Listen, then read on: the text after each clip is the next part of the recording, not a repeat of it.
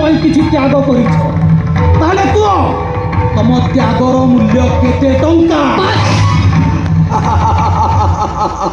ଆଉ କିଏ କିଏ ତ୍ୟାଗ କରିଛ କୁହ କୁହ ମତେ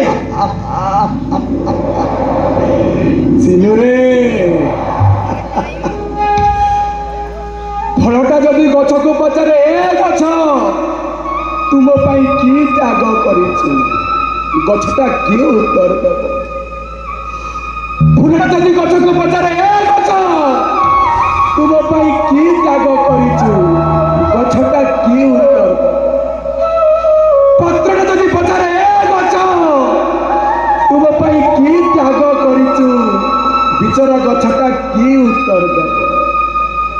ଋତୁ ପରିବର୍ତ୍ତନ ହେଲେ ଫୁଲଟା ମଉଳି ତଳେ ଖସି ପଡ଼ିଲେ ଫଳଟା ପାଚି ଝଡ଼ି ପଡ଼ିଲେ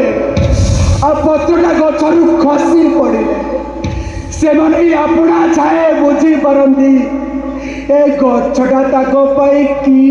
ତ୍ୟାଗ କରିଥିଲା